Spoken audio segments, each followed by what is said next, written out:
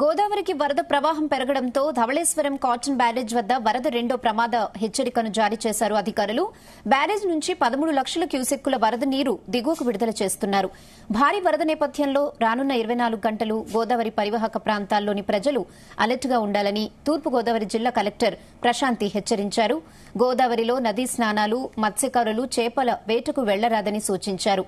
పరివాహక ప్రాంత ప్రజలు గణేష్ విగ్రహాల నిమజ్జనం రానున్న 48 గంటల పాటు నిర్వహించకుండా వాయిదా వేసుకోవాలని జిల్లా కలెక్టర్ విజ్ఞప్తి చేశారు.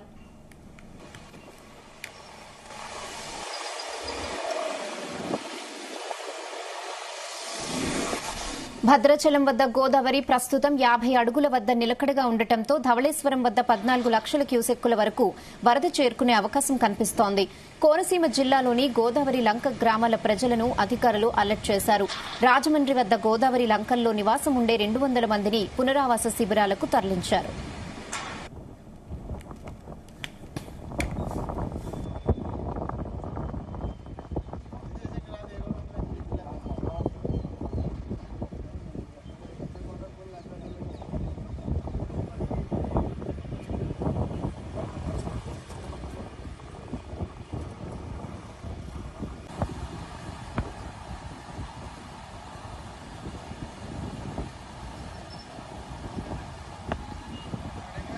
ఆల్మోస్ట్ 14 lakhs క్యూసెక్స్ వరకు వాటర్ రిలీజ్ చేస్తాము అని అనుకుంటున్నాం.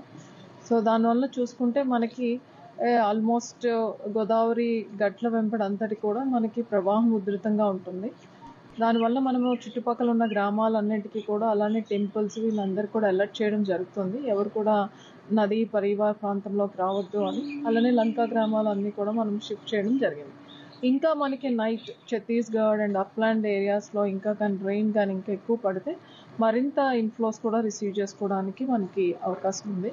సో మీడియా ద్వారా అందరికీ రిక్వెస్ట్ ఏంటంటే ఇంకొక 24 hours మనకి చాలా ఉధృతంగా గోదావరి ప్రవాహం ఉంటుంది కాబట్టి దయచేసి ఎవరు కూడా నదిలోకి రావద్దు. ఆల్మోస్ట్ 14 lakhs క్యూసెక్స్ వరకు వాటర్ రిలీజ్ చేస్తాము అని అనుకుంటున్నాం.